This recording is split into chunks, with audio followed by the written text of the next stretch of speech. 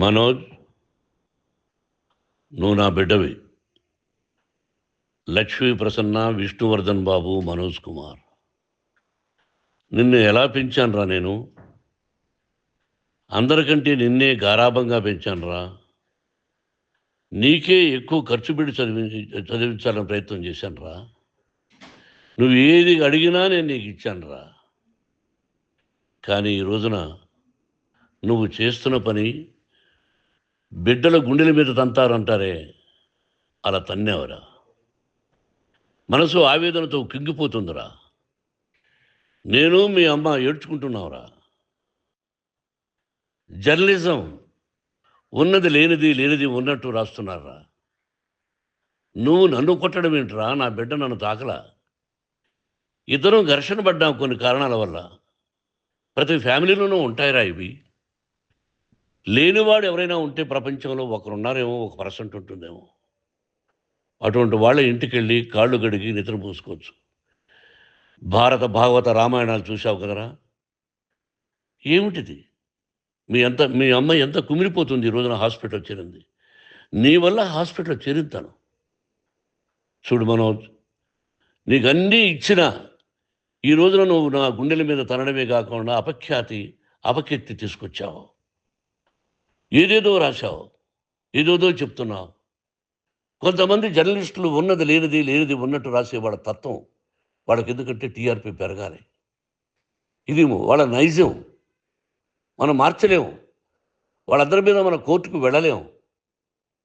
Walk స్వాతంత్రం అంటారు, ప్రజాస్వామ్యం అంటారు. ప్రజాస్వామ్యంలో కూడా కొన్ని హద్దులు ఉన్నాయి. ఇది నీకు తెలుసు అనుకున్నా. ఎంత మంచి నటుడివి నువ్వు.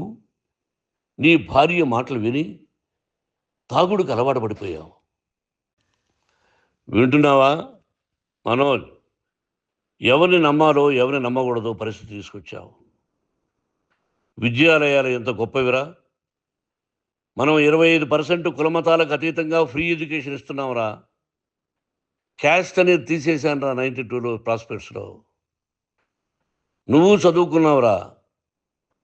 అక్కడ చదువుకున్న బిడ్డలు IAS, IPS అయ్యారురా. ఎంతోమంది గొప్పవాళ్ళు అయ్యారురా.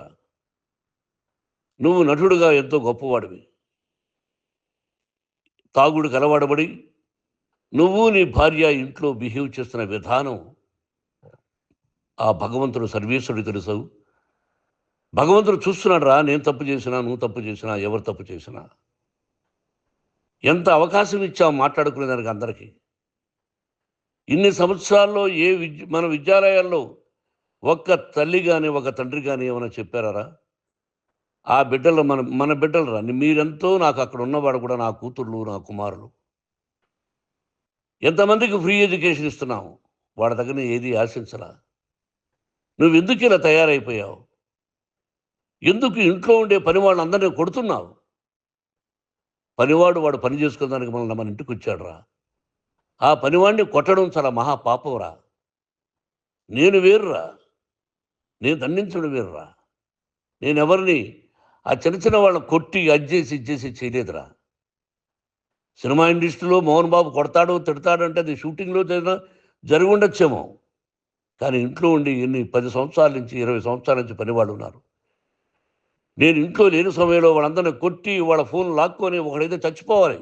వాడు పోలీస్ కంప్లైంట్ ఇచ్చి ఉండొచ్చు. నేను వద్దు అని వాడిని బతిమాలాడు. పోలీస్ కంప్లైంట్ కూడా ఇవ్వలా. ఇంకైనా నువ్వు నీ భార్య మారి బయట ఉండండి రా అన్నాను నేను. లేదు డాడీ, తప్పు చేయలేని ఒకసారి వచ్చావు, మళ్ళీ తప్పు చేశావు, మళ్ళీ వెళ్ళావు, మళ్ళీ ఈసారి తప్పు చేయనన్నావు. ఏమండి వీడు తప్పు చేయడం అని మీ అమ్మ చెప్పింది. ఇంట్లో పెట్టుకున్నా. మళ్ళీ నువ్వు చేస్తున్నది, ప్రతిరోజు నువ్వు తాగుతున్న విధానం నీకే తెలుసు. ఇది ప్రజలు నమ్ముతారా లేదా అనవసరం నాకు. నేను నీకు చెప్తున్నా, ఇంతటితో పులి స్టాప్ పెట్టాలి. 3 రోజుల నుంచి రకరకాలుగా రాస్తున్నప్పుడు నా మనసు ఆవేదనతో ఉంది. మళ్ళీ చెప్తున్నా, Mohan Babu university is greater than temples.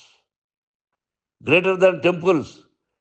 బిడ్డలను కాలేజీలో చేర్చుకునే ముందు చెప్తారు, అన్నయ్య ఎంత ఉంది యూనివర్సిటీ రూల్సు, ఇది మా పద్ధతి, మీకు ఇష్టమైతే చేర్చండి. గవర్నమెంట్ ఏమి ఇస్తుందో ఇంత పర్సంటేజీ వాళ్ళకు కూడా మీ దగ్గర ఎందుకు డబ్బు తీసుకుంటున్నామంటే దానికి అర్థం పరమార్థం చెప్పాము. దొంగతనంగా తీసుకోలేదు. ప్రతిదానికి చెక్కులు ఉన్నాయి. అది అకౌంట్ ఉంది. దానిలో తప్పులు జరిగితే డిపార్ట్మెంట్ ఉంది. కాలేజీలో ఇంకేమైనా తప్పు జరిగితే గవర్నమెంట్ ఉంది.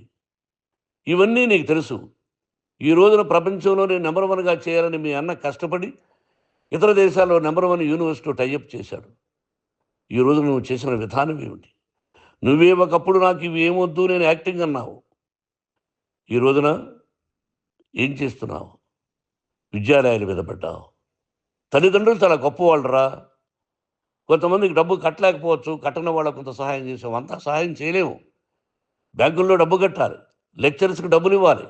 యూనివర్సిటీ బ్రహ్మాండంగా నడపాలంటే మంచి లెక్చరర్స్ కావాలి. ఇవన్నీ తెలిసి చేస్తున్నావురా 32, 33 సంవత్సరాల నుంచి. అది పక్కన పెడితే అందరినీ కొట్టడానికి వస్తావు. మీ అన్నం తిడతావు. ఒక వ్యక్తి వినయ్ గారనే ఆయన వ్యక్తి హెల్ప్ చేయడానికి వస్తే ఆ వినయ్ ఎవరు లజ్జాగుడికి చంపేస్తాను వాడు అన్నావు. ఇవన్నీ ఎంత తప్పురా? అంటే మీ నాన్నగారికి ఎవరు సహాయం చేయడానికి వస్తే వాళ్ళందరినీ లజ్జాగుడుకులు అంటావు. చంపేస్తానంటావు. మీ అన్నను చంపేస్తానన్నావు. చంపరా చూద్దాం మీ అన్న నేనే అన్నా. తాకరా నీ ధైర్యం ఉంటే అన్నా. ఎంతమందిని చంపాలనుకుంటున్నావు? ఎంతమందిని చేయాలనుకుంటున్నావు? నువ్వు ఏం సాధించాలనుకుంటున్నావు? ఆలోచించుకో. ఈ ఇంట్లోకి అడుగు పెట్టడానికి నీకు అధికారం లేదు. ఇది నా కష్టార్జితం. మా నాన్నగారు 10 రూపాయలు 10 పైసలు కూడా ఇవ్వలేదురా. మంచి జన్మనిచ్చాడు మా నాన్నగారు. మద్రాసుకు వెళ్ళి వీధుల్లో అడుగు తిన్నానురా. ఒక పూట కూడా భోజనం లేకుండా అడుగు తిన్నానురా. న్యాయంగా మోహన్ బాబు తిడతాడు కొడతాడంటారు కానీ మోసగడనం లేదురా. నీట్ పార్లమెంటేరియన్గా బయట వచ్చానురా. నువ్వు నా పరువు ప్రఖ్యాతులు మంట కలిపావు. ఏమిటి నేను చేసిన అన్యాయం? నీకు జన్మనిచ్చాను. అదా నేను చేసిన పాపం. అందుకే ఇది నా ఇల్లు అన్నావు. నువ్వు నీ ఇల్లు కాదు. నీ కష్టార్జితంతో నువ్వు సంపాదించుకున్న ఇల్లు నీది. ఇది నా డబ్బు, నా కష్టార్జితం. నా కష్టార్జితంలో నేను పిలిస్తేనే మీరు ఇంట్లోకి రావాలి. అటువంటిది పోగొట్టుకున్నావు నువ్వు. ఆస్తులు అంటావా? ముగ్గురికి సమానంగా రాయాలా లేదా అది నా ఇష్టం. ఆస్తులు ఇస్తానా, లేకపోతే గంగపాలు చేస్తానా, లేకపోతే ఎవరికైనా దానధర్మాలు చేస్తానా, అది నాకు సంబంధించిందిరా. నా కష్టార్జితం రా. మీరు చేస్తున్న విధానం గుణగణాలు కావాలరా. మందు తాగచ్చురా. ఎంత తాగాలి? నేను కూడా 1 or 2 పెగ్స్ తీసుకుంటా. ఇది తప్పు కాదు, జనానికి తెలియాలి. నా డబ్బు ఇది. తాగి ఎవరిని కొట్లా. తాగి నేను తింటున్నా. అది ప్రజలకు అక్కర్లా. నేను తప్పు చేస్తేనే ప్రజలకు కావాలా. ఇవన్నీ ఉన్నాయిరా. ఇవన్నీ తెలుసుకో. జర్నలిస్ట్ సోదరులారా, మీకు నా గతాన్ని తెలుసు, నా భవిష్యత్తు, నేను ఎక్కడి నుంచి వచ్చాను కూడా మీకు తెలుసు. ఈ రోజున మీరు రాస్తున్న విధానం, నా బిడ్డ నన్ను కొట్టాడన్నారు. ఎంత తప్పు. ఈ రోజున నా బిడ్డ మీద కోపంతో అవును చెప్పచ్చు. కాదు, వాడు నా మీద చెయ్యెత్తలేదు. నేను ఘర్షణ పడ్డాం. ఘర్షణ వేరు, కొట్టుకోవడం వేరు. గాయాలతో హాస్పిటల్కి వచ్చి కుంటుగా నడిచాడు. మళ్ళీ ఏమని పోలీస్ స్టేషన్కి వెళ్ళి చెప్పాడు.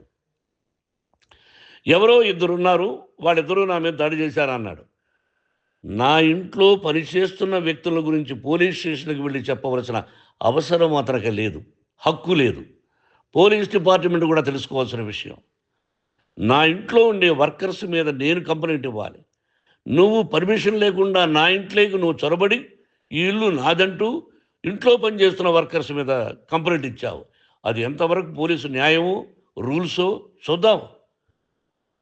పోలీస్ డిపార్ట్మెంట్ ఇంటికి వచ్చింది. వాళ్ళకి రాశాను ఉత్తరం. అయ్యా, నేను సీనియర్ సిటిజన్ని, నాకు రక్షణ లేకుండా ఉంది. నా బిడ్డ వల్ల నా ఇంట్లో నుంచి నా బిడ్డను పంపించేసింది, ఇది నా ఇల్లని. వాళ్ళు నాకు సమాధానం ఇవ్వలేదు. ఇవ్వకపోగా ఎవరిని పట్టించుకోలేదు. ఇప్పుడు పోలీసు వాళ్ళు వచ్చి ఏమండి రూల్స్ ప్రకారం నా బిడ్డ ఇంట్లోకి రాకూడదంటే మాకు హయ్యర్ అథారిటీ వాళ్ళు ఫోన్ చేశారు.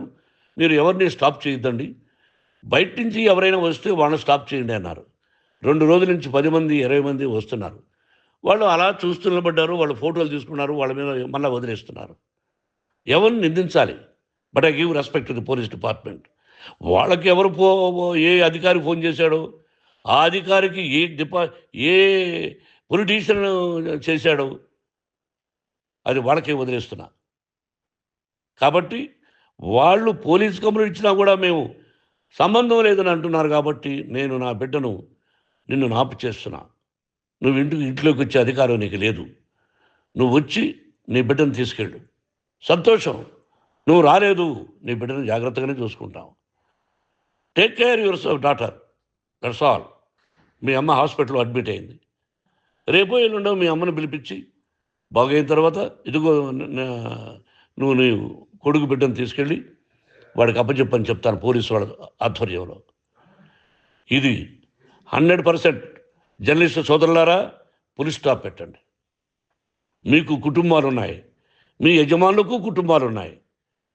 మీ కుటుంబాల విషయాలు, మీ యజమానుల కుటుంబాల విషయాలు మేము ఎవరు జోక్యం చేసుకోవాలా. మేము నటీనటులం. మాది తప్పుంటే నటుడుగా నన్ను ఫెయిల్యూర్ అని రాయండి, నా నటన బాగలేకపోతే రాయండి. బట్ ఇంటి లోపల సందులో నుంచి చూస్తూ తప్పు చేస్తున్నామని ఉన్నది లేనిది ఉన్నట్టు రాయకండి. మీకు నా హృదయపూర్వక నమస్కారాలు. ఇన్ని రోజులు హృదయపూర్వకంగా ఎంకరేజ్మెంట్ చేశారు. ఆ ఎంకరేజ్మెంట్కు నమస్కారం చేసుకుంటూ I love you all. I love you police department. మీరు న్యాయంగా ధర్మంగా నడుచుకోండి, ఎవరికి తొత్తుల్లాగా ఉండొద్దండి అని మనవి చేసుకుంటూ నేను సెలవు తీసుకుంటాను.